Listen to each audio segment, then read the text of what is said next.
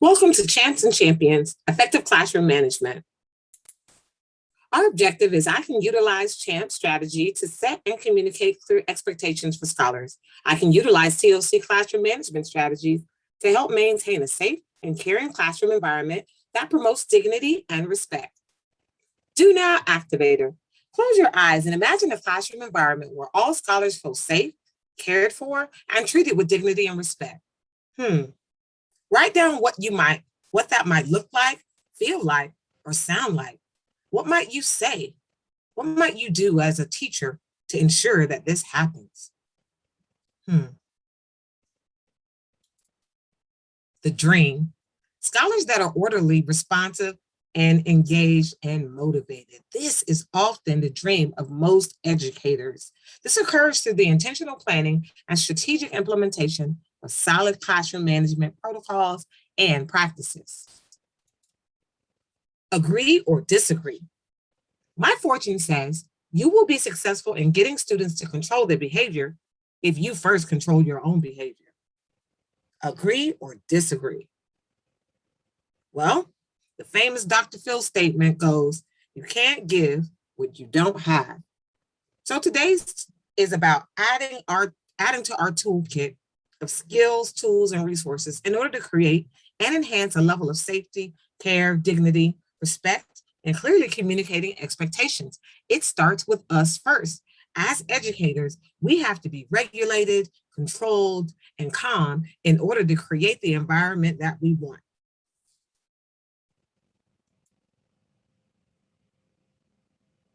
Why are we using CHAMPS? Well, the CHAMP strategy for classroom management is ideal because it provides a consistent approach for improving classroom behavior, on task, work completion, and cooperation. It establishes clear classroom behavioral expectations. It motivates students to put forth their best efforts to reduce misbehaviors, to increase academic engagement, spending less time disciplining students so that you can spend more time teaching.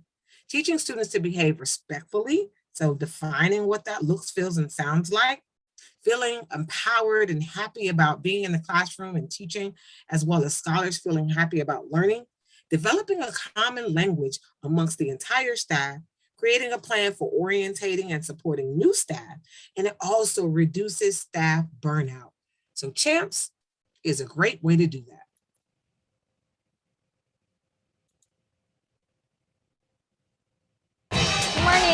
CHAMPS for us has been a lifesaver. This has given us a framework for all of my teachers to have a common system to use with our scholars based on how we want them to behave in any setting in the classroom or different areas of the school. So it's really been great for us. Make sure you have all your do nows and your pens and pencils. You have 7 minutes, look on the board.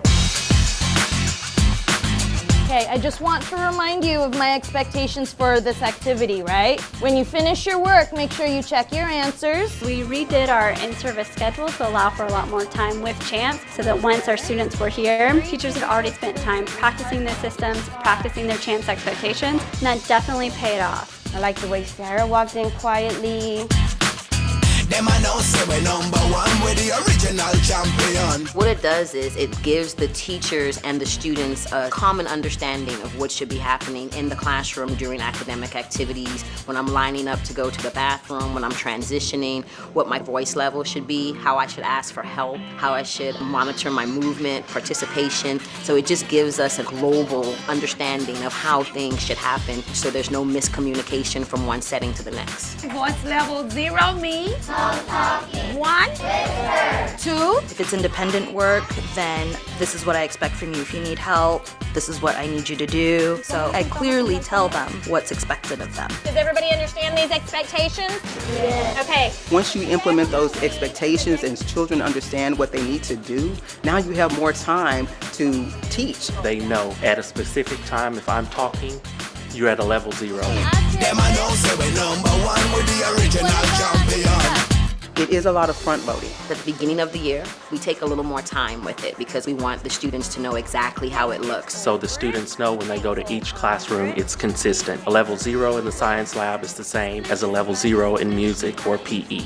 And once they get it, it doesn't take much time at all. Okay guys, we're in whole group instruction. What's our voice level? How do we ask for help? Bam, bam, bam. And we move on. What you put into front loading that and really making sure you get super clear on those expectations pays off, 110% moving forward. Excellent work. With the original champion. We've seen an increase in instructional time. We're able to pay better attention to students being absent or truant because that number has been reduced. Campus culture has improved. The number of discipline referrals have decreased. We've seen a reduction also in out-of-school and in-school suspensions. A lot of my students who came in at a pre-primer reading level, because of the CHAMPS implementation, their reading level has now soared to above second grade reading level. One with the original champion. I just want to encourage any campus that wants a common language. They want a new onboarding process for their new teachers. And I want to say CHAMPS is what you need to make your school go to another level in regards to behavior and classroom expectations.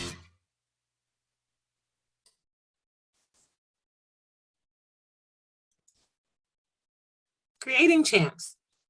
We do that with the following steps: establishing, organizing, preparing, specifying, motivating, monitoring, and creating. In order to create a champs environment, educators must establish a clear vision for what a positive classroom environment looks, feels, and sounds like. This includes, but is not limited to, establishing a vision for their classroom. For example, PLA, we have our core values: children first, respect, dedication, gratitude, continuous improvement. Organizing classrooms for student success, making sure we identify and label our classroom areas.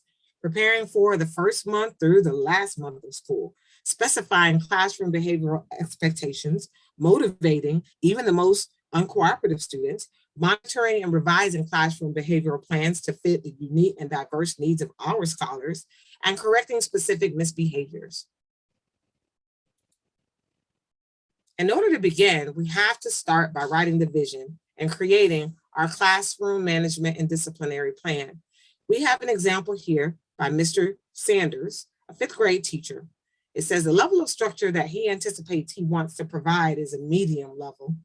And he's listed the guidelines for success and posted the rules, as you see on the screen.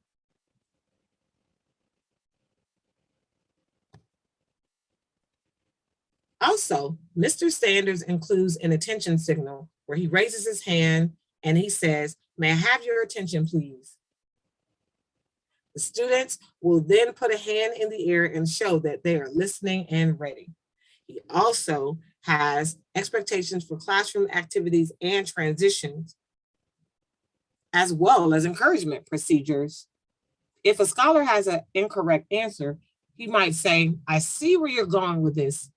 Can you relate to," and then give the scholar time to think about their response in hopes to change or correct or revise the response. Either way, Mr. Sanders has high expectations for scholars to think through their responses. Now, here we have an example of the attention signal that CHAMPS recommends. This allows us to get 100% attention in less than 5 seconds. What do you notice and what do you wonder? Because it is visual, auditory, kinesthetic, and portable. Let's watch. Boys and girls, may I please have your attention? 1, 2, 3, 4, 5. Excellent job. Notice she's speaking in a firm voice, but not shouting. And swinging her arm from a 9 o'clock position to 12 o'clock gives a strong visual cue and prompts the students to raise their hands also. With a technique like this, even the students who weren't initially paying attention will see their classmates raise their hands and join in. Another reason this signal is effective is that it can be used anywhere inside the classroom and out, and combines both visual and audio elements. Other signals are not as effective because they lack one or all of these features. For example, flicking the lights only works indoors and is not a signal that you can carry elsewhere, like onto the playground. Watch as this teacher, who usually flicks the lights to get her students' attention, is trying to get her students' attention outside. Although clapping your hands provides both visual and auditory cues, it requires repetition, and it may be a while before you have all of the students' attention. If you've found a signal other than the one we've described in detail here that works for you, by all means stick with it.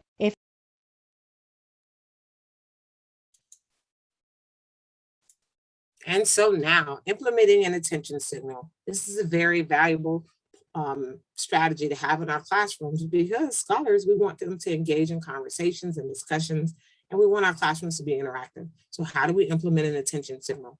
I challenge you in this moment to reflect on your attention signals. Are they auditory?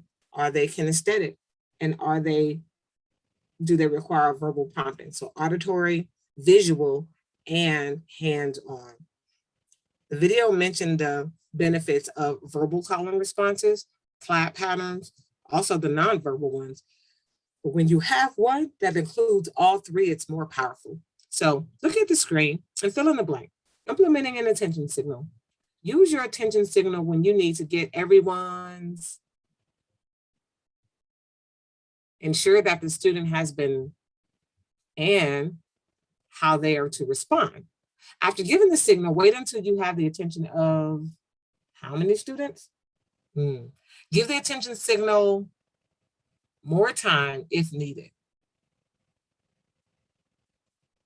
You should have written down the following responses.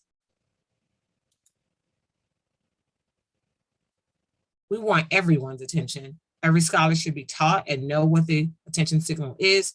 We wait for 100% student participation in it. And if we don't get it, we might do the attention signal one more time. Writing the vision and making it plain. We talked about transitions and activities and really outlining what we expect to see happen in order to increase time on task in classroom instruction. We also talked about how we're going to encourage our scholars. So what are those procedures for feedback and encouraging scholars to really be their best academic selves? Well, in addition to that, we do want to look at the beginning and ending routines. That includes how scholars enter the room, where do they place their materials, routines for how and what you expect during the classroom lesson for scholars to be engaged, or what are they supposed to do while you're taking attendance? Routines for dealing with tardy students. Do they know what to do when they enter the classroom late? Or how are we supporting scholars if they don't have the needed materials? How can we increase time on task?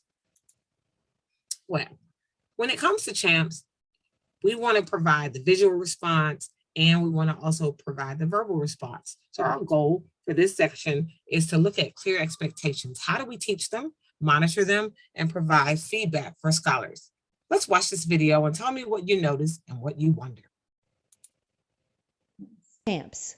We're getting ready to go into our center activities, but before we do that, we need to have everybody's eyes up here so we can champ out this activity. Our conversation is going to be a 1 to 2. I need limited talking, and you're only supposed to be talking with the people in your group. It has to be about the assigned activity. I do not want to hear talking about what you did over the weekend. Okay. If you need help, I need you to ask 3 before me. If there are no more than 3 people in your group, then please ask as many as you can. If it can't be 3, then you come to me. They need to be in your center. Please try not to bother anybody else in another center. Notice how clear this teacher is with her expectations. She tells the students exactly what she wants for this activity. Remember, you only have 20 minutes to complete the task, so when that bell rings, be ready to switch to the next center rotation or small group. Our movement is limited. Okay, if I'm actually with the small group, reading with them, then you need to just use your movement to go to the bathroom, to get a drink. You do not need to give me the signal. Our participation, you are going to be on task with the task that I've assigned for you in your center or small group.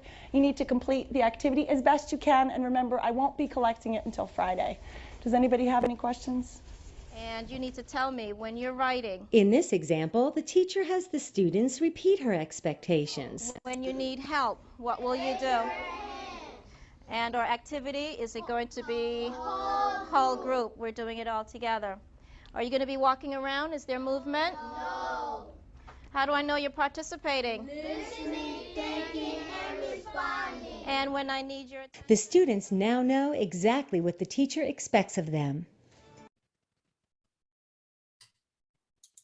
Now we'll begin with our champs. So we just saw the two teachers model what champs looks, feels, and sounds like as the teacher verbally expresses it, as well as pointing and giving the scholars a visual indication as to what they are to expect. Here you see that as an example. C stands for conversation level, H stands for help, A activity, M movement, P participation, and S is the end in mind goal. What is success look, feel, and sound like, or our star behavior? And some schools use Kickboard or other means to really reward scholars when they do what is expected. So C stands for conversation. Scholars should be asking themselves, what should my voice level be and or sound like during this moment? Well, for younger grades, you might use a picture or color, red, green, or yellow, to let them know how much talking you are allowing. For older grade levels, you can simply write it on the board and tell students before the activity starts who they're allowed to speak with or how long and they're expected to use for that topic. Alternatively, if they need to work on their own without speaking, be sure to make that clear as well. So in order to introduce conversations levels, you probably want to use the examples of acceptable versus unacceptable levels. They include 0 for silent, 1, whisper, 2 are vocal vibrations, meaning that the only people who should hear your conversations are 2 to 3 scholars at your table or in your group. A level 3 would be a student giving a report to the teacher and the entire class. So that's the volume level of a presentation.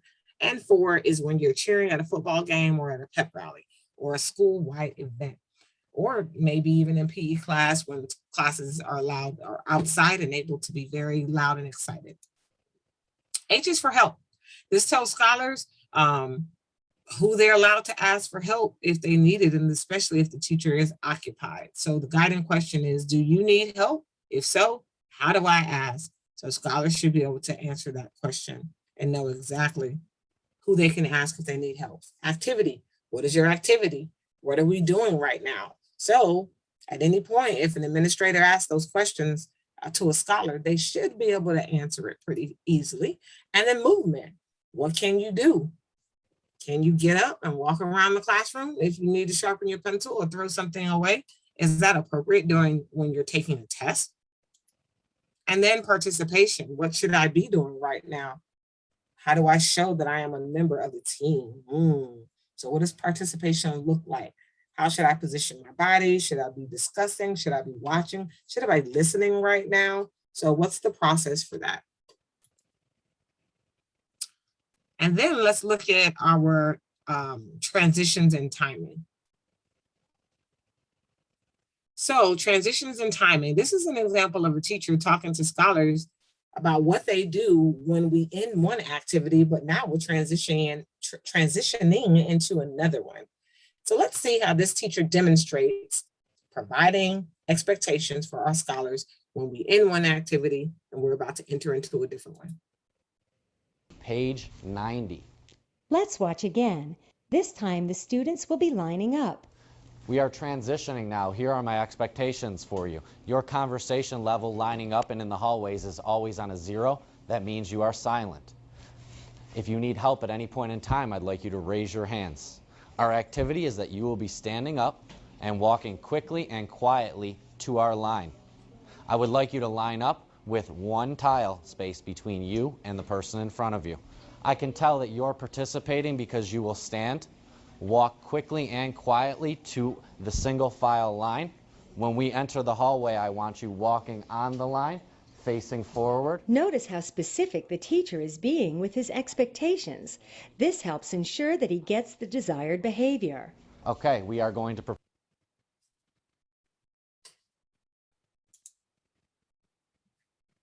And now we'll look at visual displays of champs. So how is this going to help me communicate to my scholars more clearly?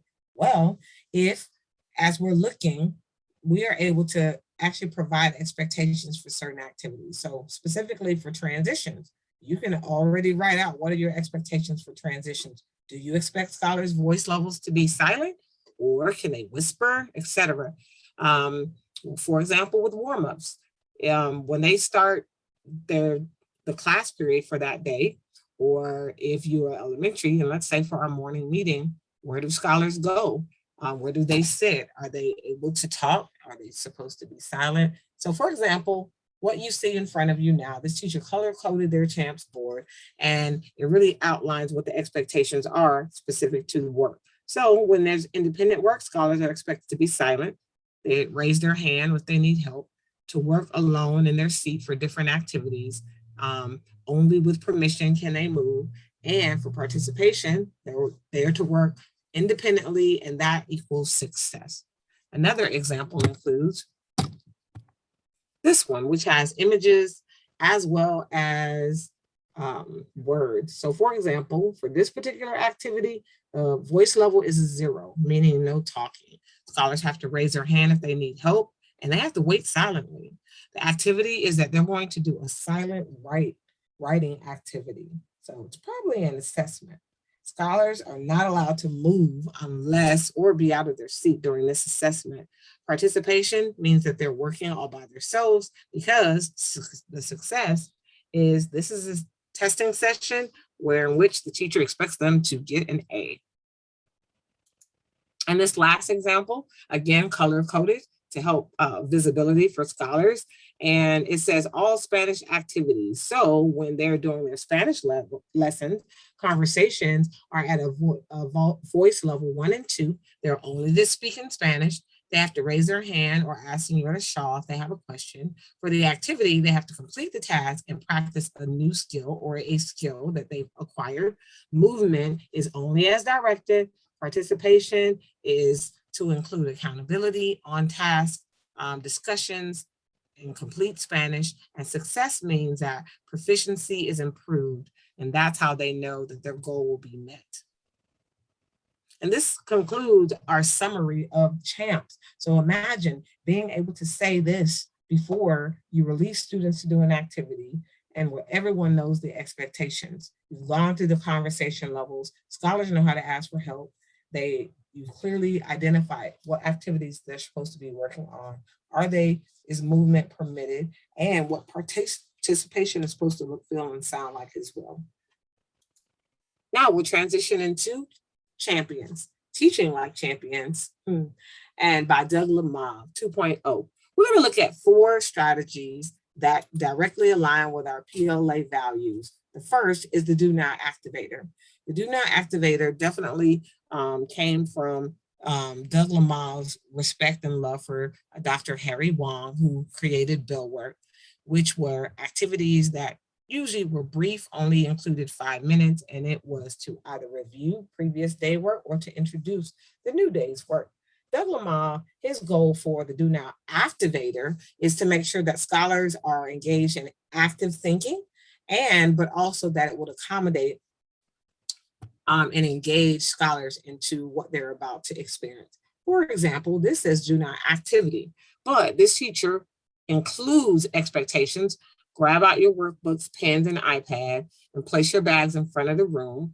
And then now the expectations for this assignment is, what are the similarities and differences between these images? If I missed class the day before because I was on a field trip, would I be able to do this activity? Absolutely. Am I still engaged in the thinking process? Absolutely. So the difference between a regular do now activity and a do not activator is asking yourself, is it activating student thinking and learning? The same thing we call setting the anticipatory set or an engaged activity. So these are something that we definitely want to add to our toolkit every day. This starts the lesson, not the teacher having to say anything, but scholars being able to come in the room and get started with their learning. Another technique is called SLANT. What does an engaged scholar look like? Is it the student in the picture that you see in front of you? Well, SLANT is another way that we can verbally prompt our scholars and hold them accountable before they have discussions or as they're listening to anyone that as they're listening to a speaker.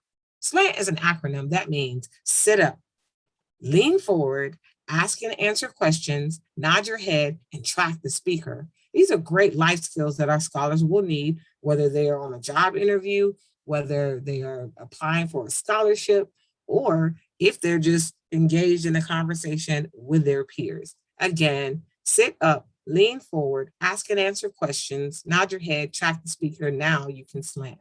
So great strategies and great skills for future success. And here we have a summary of that as a 60-second strategy by Edutopia. What do you notice? What do you wonder? If we could all practice our respect and friendship and slant on this way. Our school uses slant as a tool to help enable students to have productive and meaningful discussions. We want to make sure that people feel comfortable sharing their thoughts in this classroom. They have to sit up, they have to lean in, they're acknowledging the speaker, they're nodding, and they're tracking the speaker. And that's something that is expected of students. So I'm gonna have you practice showing friendship and respect with your bodies right now. Slanting is when students understand that that's how they are going to give their full attention. Why don't you both come stand up here? So I'm gonna ask that we slant. When you're talking, you're being vulnerable, and it's a big difference when they give you their full attention. It's a great way to teach what it looks like to respect somebody.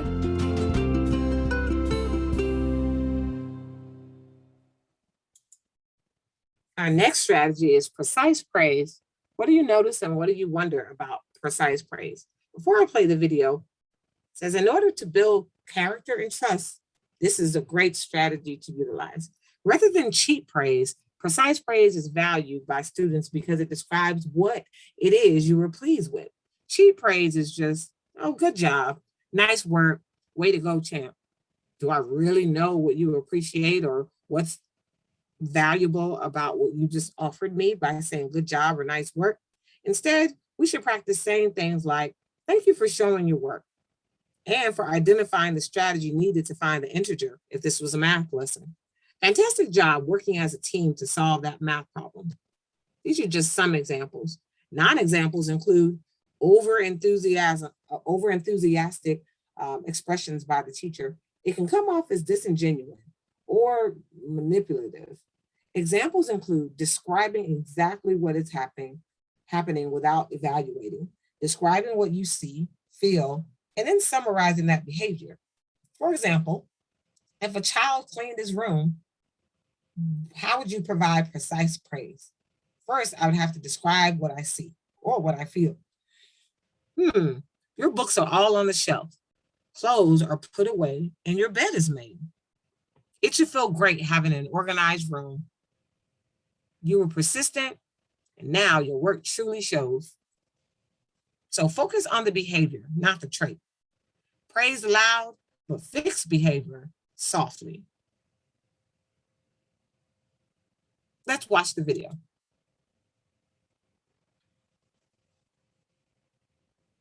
It's important to give kids positive reinforcement. Here, Bob Zimmerly differentiates between praise and acknowledgement. Acknowledgement is what you use when you want to show that you appreciate kids meeting your expectations. Show me your slant, show me your... Thank you. Thank you, Miss Everlasting. I like it. Thank you. That's an acknowledgement. Praise would have been, that's so great, you're ready when I asked. If he'd used that, he would have sounded surprised that kids did it. 9, 8. What's going on with your pencil? 7, 6. He's ready. 5, 4, 3. She's ready. More acknowledgement, real and authentic. He's ready. She's ready. It builds momentum. Ready for what? And draws kids' attention to the normalcy of compliance. Everyone around them is doing it. 0. All pencils down. Even if I know it's hard when you're not done. Thank you still for doing it. I know. You got one last thing you just want to but he said, and I got a it's hard. I know. Thank you though. I appreciate that. Great teachers use lots of acknowledgement for compliance, but save praise with value judgments for what's truly special. Yeah, thank you very much. Who wants it? Do you want it? Can you show me? Oh, and a little inspiration never hurts. I can bring it to you, but I can't give it to you. You got to reach for it. If they were free at Toys R Us, you'd reach, you'd step. I'm giving you the same kind of gift, just not wrapped up. Gift of knowledge. And so here we see a teacher who used acknowledgement, used precise praise, used encouragement, and also when there was a correction, praise loudly, but fix the behavior softly. Our next strategy is the no opt-out strategy, which again, we strongly support at POLA. What do you notice and what do you wonder about this scenario?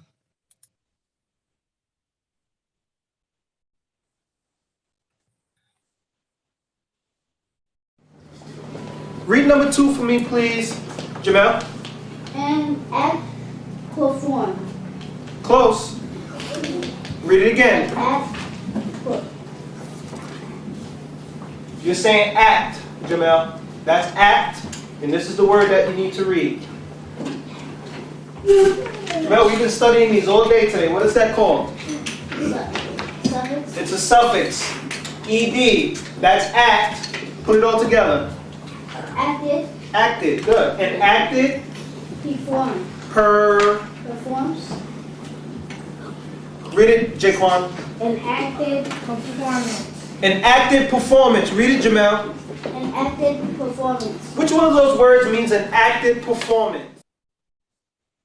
Here you see a scholar that struggled to read the word active, and the teacher said, you're close, again, pushing the student to try again, right? And then even once the teacher, once the scholar struggled in the next word, he had another scholar say that word and then went back to that scholar to ensure that that scholar could feel successful saying acted performance. And so in order to set high academic expectations, we want to always utilize this technique, the no opt-out technique, where teachers have high expectations, where we will not accept I don't know, but expect students to be encouraged to give it a shot. And so this teacher told the scholar that you're close and wanted him to keep pursuing excellence and keep pursuing the effort of trying to pronounce the word correctly. And so we want you to think about, what will you say to a scholar if they say, I don't know? One of our go-tos are, well, tell me what you do know. Sometimes you can ask the scholar what they do know, and that helps you know where their learning stopped, all right? And so they need to be encouraged to do that. And so we need to make sure that we're praising that thinking, praising their effort, and not always focus on accuracy and them getting the right answer. Because if they don't know the right answer, some scholars won't even try. Instead, we want to praise the thinking process. So we do that when we tell them, come on, thank you for thinking. Thank you for sharing your understanding. Thank you. And so really encouraging that in our scholars. As we conclude our session today, you will receive a Teach Like a Champion 2.0 techniques placemat, which will identify different types of strategies. You may want a strategy for checking for understanding. You may want one that helps with lesson structure or pacing or high expectations for scholars. This placemat will break down which structures to utilize to best support scholars. And you'll also receive a Google Doc where you can, it's a blank template, you can write what level of structure would you like for your classroom? What are your guidelines for success? What are your posted rules? What are your attention signals? Are they auditory, visual, and kinesthetic? And outlining all of these things that we went through in our session today. Also, if your mentor wants to really support you, both can go through these guiding questions. How much structure do you need in your classroom, or do you already have? When it comes to teaching, have you created lessons and expectations that are explicitly taught for classroom activities and transitions? When it comes to observing, are you able to circulate and scan the room as a means to observe and monitor student behavior? So these are some questions you can go through with your mentor to ensure that your classroom environment is set up well as writing your own CHAMPS visual board for your Engage activity or your Do Now activity, whole group instruction, small group instructional, independent instruction, and testing. All of these things can be utilized. And so today, I can utilize the CHAMPS strategy to set and communicate clear objectives for scholars. I think our mission is accomplished. I can utilize TLC classroom management strategies to help maintain a safe and caring classroom environment that promotes dignity and respect. I think we've accomplished that with the no opt-out. We can help scholars ensure that they don't opt out in a way that maintains their dignity and respect. We can help scholars with their posture and to make sure they're attentive listeners through the SLANT strategy. We can also use our Do Not Activator to activate thinking and learning, and to use that as something that will start the lesson without the teacher. And precise praise gives our scholars those encouraging words to let them know that they are on the right track. This concludes our Champs and Champions overview of effective classroom management. Thank you for being here. You will also receive a link to a toolkit where you will receive the following resources. Most of the resources in this presentation you will have access to. What is CHAMPS? Here's a link and an overview for that. CHAMPS Management Plan Sample. You will see a sample management plan, and then you will have a blank copy where you can create your own. You will receive the Think Like a Champion placemat with the other strategies from Doug Lamar. These are some resources from his website for SLANT, no opt-out, and better classroom routines. And these are the video links from some of the things that you saw during our session today. We hope you enjoyed yourselves and have a great day.